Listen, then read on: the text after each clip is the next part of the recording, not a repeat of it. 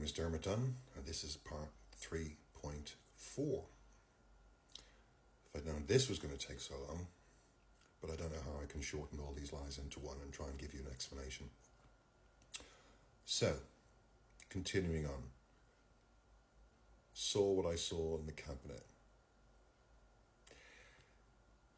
She then arrives back up with a cup of tea and sits down. And I said to her, "What's the medication for?" Face startled. Turns around and says, "It was because of my ex-boyfriend. Do you remember the one that died?" Mentioned in a previous video. She then proceeds to tell me that he overdosed because he was a drug user. Never told me about this. Then started to get upset. I went, "What's wrong with you?" And she goes, "It's all because of what he put me through."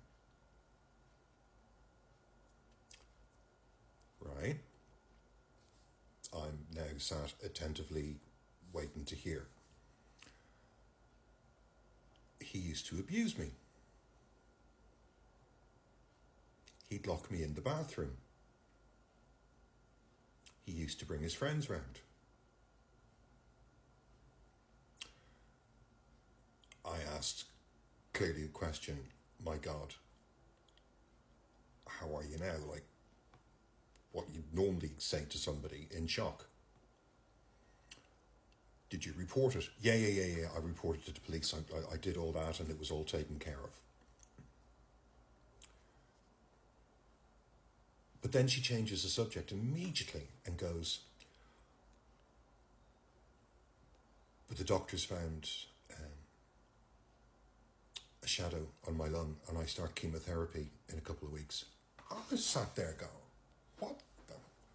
Now, I've been over, I've stayed, I've done bits and pieces. I was fixing doors, I was doing some electrical work, rehanging the doors, painting, I think. And that's one of the reasons I'd sit out, because I was going to be finishing off the work the next day. I'm sat there and I'm kind of going, hang on a second. How is it I'm only hearing this for the first time? So this was a bloke that you went out with years ago, said that you loved him, he was the love of your life and all that. Still has a picture of him on her profile as far as I know. But yet, she comes out with this, and then comes out with the cancer. And knowing, because my sister died of a brain tumour back in 2010, what the fuck? And she's starting to cry and all the rest of it. And I'm going, this is awful. And she also knows that another close family member, because I've told her everything about my life. At one point, she was my rock second time round when we met. She knew me better than some of my family. And I'm sat there in literal disbelief. Now, in the August of that year, I've been diagnosed, as I said, I've been diagnosed with PTSD. My head has just exploded. I really don't know what to make of this. All I could think about was, get the fuck out. So, later, after I'd been there for her, and then she was going off to do some stuff, and then I finished off the work I was doing and I left. And then I didn't make it out. I know I dropped a Christmas card round, but I was like, my head was just like,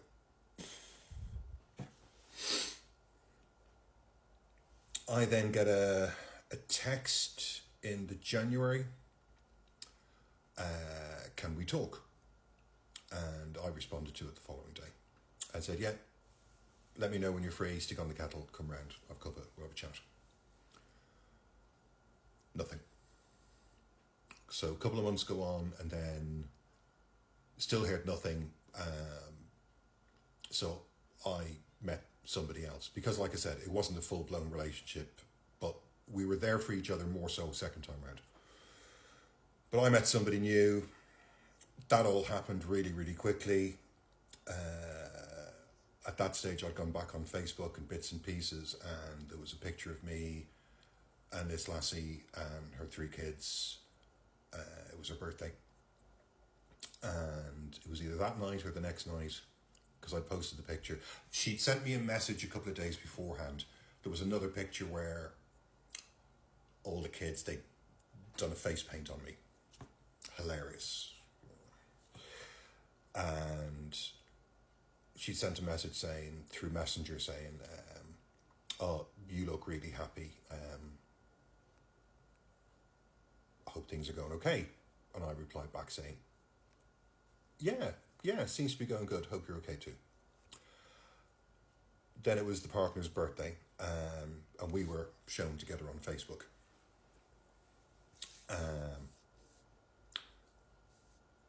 So the picture of me and the thing, and that became my profile picture.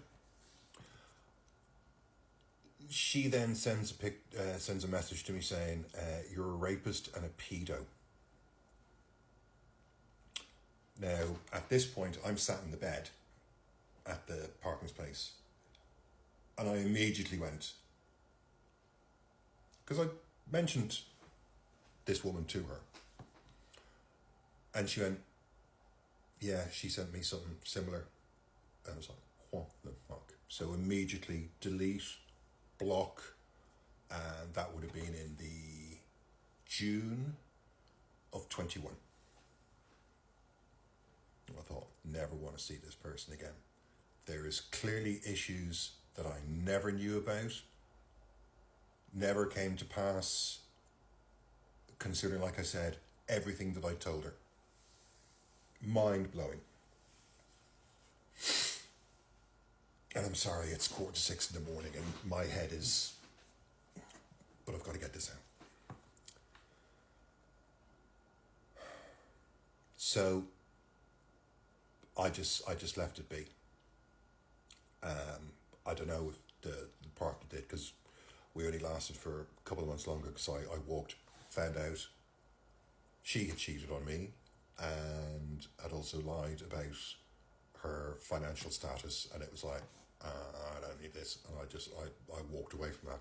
Thought this was going to be the best relationship ever.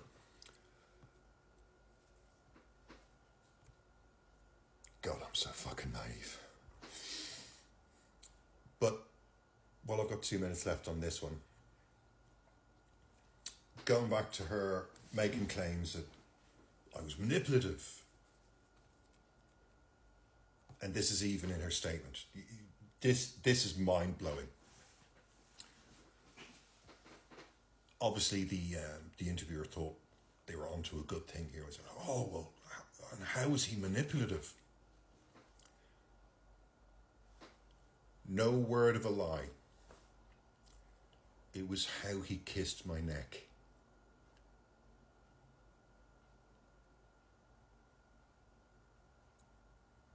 Are you for fucking real? At that point, any investigation into this should have been just thrown the fuck away. Because this would have been, if anyone had signed their name to this to go to a court case, it would have been laughed out of the court completely. Never would have made it there. I have the interview. She goes on. She's in this interview. She's talking about me Willie. She's talking about how nice I was.